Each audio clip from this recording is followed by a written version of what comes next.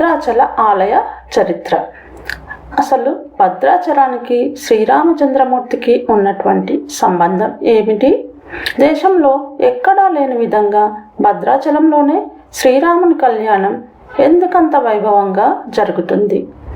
శ్రీరాముని కళ్యాణానికి నిజాం రాజు ఎందుకు ముత్యాల తలంబ్రాలు ఆనవాయితీగా పంపే కార్యక్రమం మొదలైంది? భక్త రామదాస్ ఎవరు? అతనికి ఓకలదమ్మకకు ఉన్న సంబంధం ఏమిటి? అసలు రామాలయాన్ని ఓకలదమ్మక్క నిర్మించారా లేదా భక్త రామదాసు నిర్మించారా?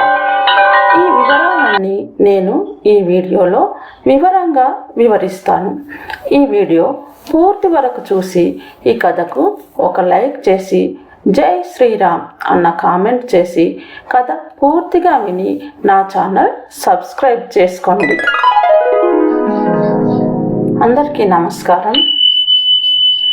దక్షిణ అయోధ్యగా పేరుగాంచిన భద్రాచలం ప్రతి హిందువు జీవితంలో ఒక్కసారైనా దర్శించుకోవాల్సిన పుణ్యక్షేత్రం.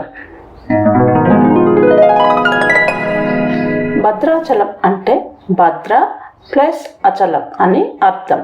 ఈ క్షేత్రంలో శ్రీరాముడు 2 చేతులతో ఉండే మానవ రూపంగా కాకుండా 4 దివ్య భుజములు కలిగి పై 2 చేతుల్లో శంకు చక్రము, కింది 2 చేతుల్లో ధనస్సు బాణాన్ని ధరించాడు. సీత రాముని ఎడమ తొడపైన ఆసీనురాలై ఉంది.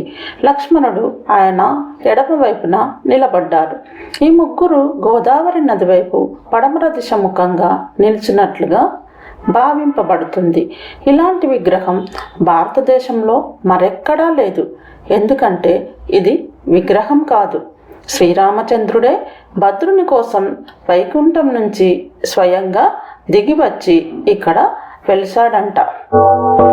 భద్రుని అనే కొండ పైన ఇక్కడ స్వామివారు సీతా లక్ష్మణ సమేతంగా వెలిసారు. ఇంకొక ప్రత్యేకత ఏమిటంటే స్వామి పశ్చిమానికి అభిముఖంగా దక్షిణ ప్రవాహి అయిన గోదావరి నది ప్రవహిస్తుంది. ఈ క్షేత్రం ఎంతో ప్రాచీనమైంది. దీని గురించి బ్రహ్మాండ పురాణంలోనూ గౌతమి మహత్యంలోనూ ఉంది.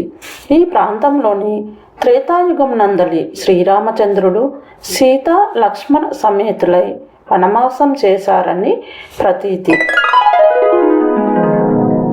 పురాణ కథనం ప్రకారం శ్రీరాముడు వనవాస సమయంలో ఒక ప్రాంతంలో ఒక బండరాయి మీద సేద తీరుతాడట.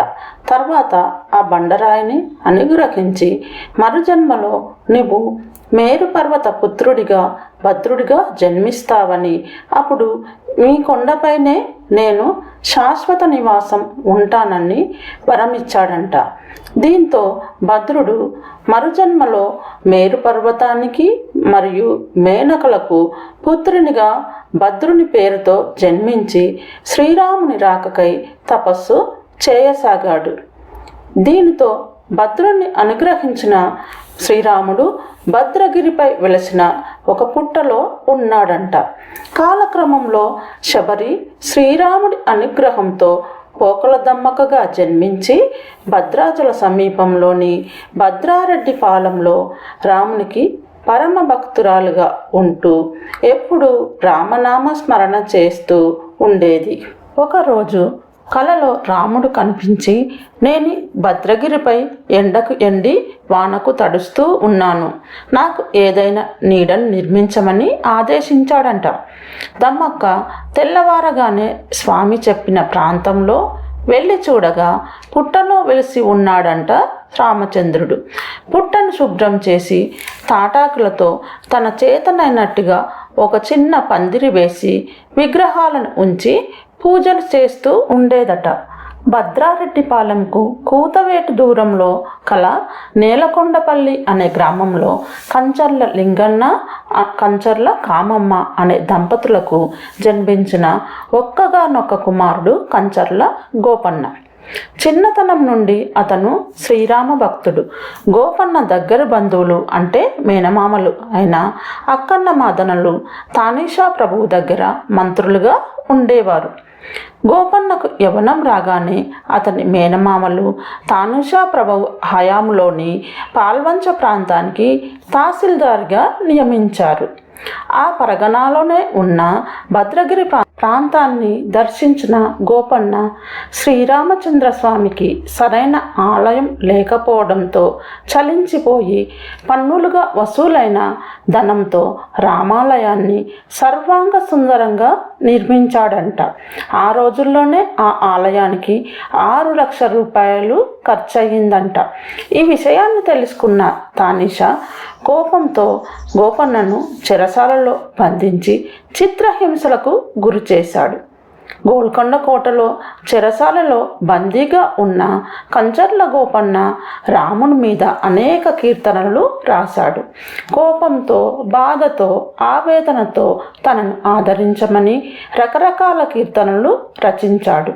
ఒకరోజు రాత్రి రామచంద్రుడు లక్ష్మణ సమేతుడై తానీషాకు కలలో కనిపించి తన కాలం నాటి రామమాడలు అంటే నాణాలు ధనాన్ని చెల్లించాడంట.